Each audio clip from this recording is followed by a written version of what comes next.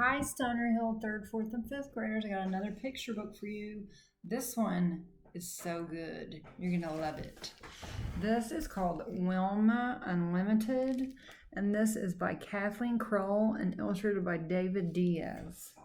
And I like this picture. I think it's pretty good. Wilma Unlimited. How Wilma Rudolph became the world's fastest woman. Girls, don't you love it? This is a big book. I'm going to have to scoot back a little bit. Okay, now you can see the picture. No one expected such a tiny girl to have a first birthday. In Clarksville, Tennessee, in 1940, life for a baby who weighed just over 4 pounds at birth was sure to be limited. But most babies didn't have 19 older brothers and sisters to watch over them. Most babies didn't have a mother who knew home remedies and a father who worked several jobs. Most babies weren't Wilma Rudolph. Wilma did celebrate her first birthday, and everyone noticed that as soon as this girl could walk, she ran or jumped instead. She worried people, though. She was always so small and sickly. If her brother or sister had a cold, she got double pneumonia. If one of them had measles, Wilma got measles too, plus mumps and chickenpox. Her mother always nursed her at home. Doctors were a luxury for the Rudolph family, and anyway, only one doctor in Clarksville would treat black people. Just before Wilma turned 5, she got sicker than ever. Her sisters and brothers heaped all the family's blankets on her, trying to keep her warm. During that sickness, Wilma's left leg twisted inward, and she couldn't move it back. Not even Wilma's mother knew what was wrong. The doctor came to see her then. Besides scarlet fever, he said, Wilma had also been stricken with polio. Polio is a disease people don't really get anymore, but because we have a vaccine, but it would cripple people. Okay. In those days, most children who got polio either died or were permanently crippled. There was no cure. The news spread around Clarksville. Wilma, that lively girl, would never walk again. But Wilma kept moving any way she could. By hopping on one foot, she could get herself around the house, to the outhouse in the backyard, and even on Sundays to church. Wilma's mother urged her on. Mrs. Rudolph had plenty to do: cooking, cleaning, sewing patterned flour sacks into clothes for her children, now 22 in all. Yet twice every week, she and Wilma took the bus to the nearest hospital that would treat black patients, some 50 miles away in Nashville. They rode together in the back, the only place blacks were allowed to sit. Doctors and nurses at the hospital helped Wilma do exercises to make her paralyzed leg stronger. At home, Wilma practiced them constantly, even when it hurt. To Wilma, what hurt most was that the local school wouldn't let her attend because she couldn't walk. Tearful and lonely, she watched her brothers and sisters run off to school each day, leaving her behind. Finally, tired of crying all the time, she decided she had to fight back somehow. Wilma worked so hard at her exercises that the doctors decided she was ready for a heavy steel brace. With the brace supporting, this is a picture of the brace. With a brace supporting her legs, she didn't have to hop anymore. School was possible at last, but it wasn't the happy place she had imagined. Her classmates made fun of her brace. During playground games, she could only sit on the sidelines, twitchy with impatience. She studied the other kids for hours, memorizing moves, watching the ball zoom through the rain. Oh, no. Is that right? No.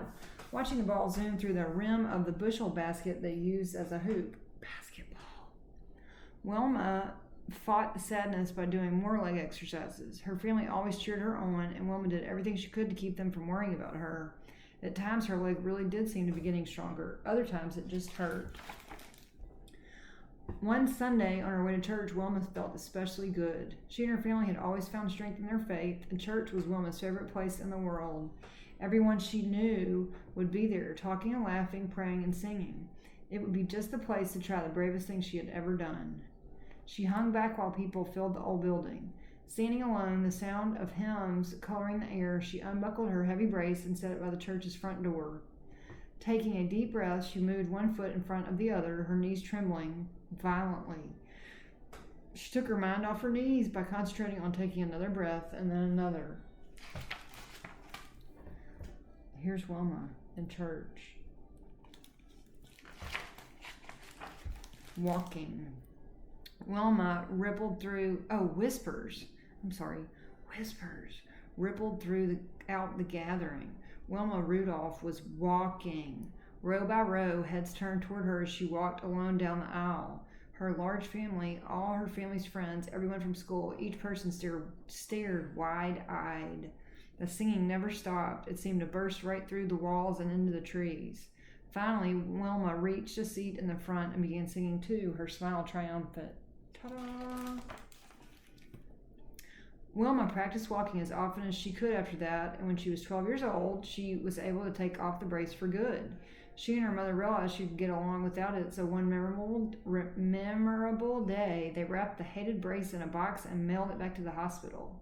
As soon as Wilma sent that box away, she knew her life was beginning all over again. After years of sitting on the sidelines, Wilma couldn't wait to throw herself into basketball, the game she had most liked to watch. She was skinny but no longer tiny. Her long legs would propel her across the court and through the air, and she knew all the rules and all the moves. In high school, she led her basketball team to one victory after another. Eventually, she took the team all the way to the Tennessee State Championships.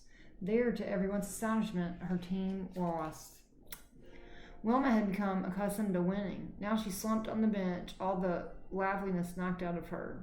But at the game that day was a college coach. He admired Wilma's basketball playing, but was especially impressed by the way she ran.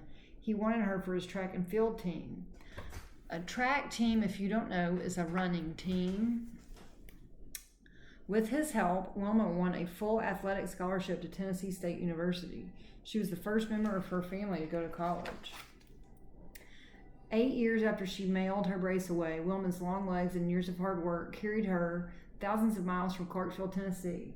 The summer of 1960, she arrived in Rome, Italy to represent the United States at the Olympic Games as a runner. Just participating in the Olympics was a deeply personal victory for Wilma, but her chances of winning a race were limited. Simply walking in Rome's shimmering heat was a chore, and athletes from other countries had run faster races than Wilma ever had. Women weren't thought to run very well. Anyway, track and field was considered a sport for men, and the pressure from the public was intense. For the first time ever, the Olympics would be shown on television, and all the athletes knew that more than 100 million people would be watching. Worst of all, Wilma had twisted her ankle just after she arrived in Rome. It was so swollen and painful the day of her first race. Yet, once it was her turn to compete, Wilma forgot her ankle and everything else. She lunged forward, not thinking about her fear, her pain, or the sweat flying off her face. She ran better than she ever had before, and she ran better than anyone else. Grabbing the attention of the whole world, Wilma Rudolph of the United States won the 100-meter dash. No one else even came close. An Olympic gold medal was hers to take home. So when it was time for the 200-meter dash, Wilma's graceful long legs were already famous. Her ears buzzed with the sound of the crowd chanting her name. Such support helped her ignore the rain that was beginning to fall. At the crack of the starting gun, she surged into the humid air like a tornado. When she crossed the finish line, she had done it again. She finished far ahead of everyone else. She had earned her second gold medal. Wet and breathless, Wilma was exhilarated by the double triumph. The crowd went wild. The 400-meter relay race was yet to come. Wilma's team faced the toughest competition of all, and as the fourth and final runner on her team, it was Wilma who had to cross the finish line. Dun, dun, dun. Wilma's teammates ran well, passed the baton smoothly, and kept the team in first place. Wilma readied herself for the dash to the finish line as her third teammate ran toward her. She reached back for the baton and nearly dropped it. As she tried to recover from the fumble, two other runners sped past her. Wilma and her team were suddenly in third place. Ever since the day she had walked down the aisle in church, Wilma had known the power of concentration. Now, legs pumping, she put her mind to work. In a final electrifying burst of speed, she pulled ahead. By a fraction of a second, she was the first to blast across the finish line. The thundering cheers matched the thundering of her own heart. She had made history. She had won for an astounding third time. That's 3 gold medals, which I'm sure you probably know. In her third ceremony that week, as the band played the Star Spangled Banner, Wilma stood tall and still like a queen. Here she is. The last of her 3 Olympic gold medals hanging around her neck. Wilma Rudolph, once known as the sickliest child in Clarksville, had become the fastest woman in the world. Okay, I'm going to tell you this. Author's note. Wilma Rudolph became, at age 20, the first American woman to win 3 gold medals at a single Olympics. Now, remember, it started off, and she weighed 4 pounds when she was born. She was sickly. Then she had polio and was crippled and wore a leg brace. And then she creamed everyone running and won 3 gold medals. That's a big deal and a cool story. Hope you liked it.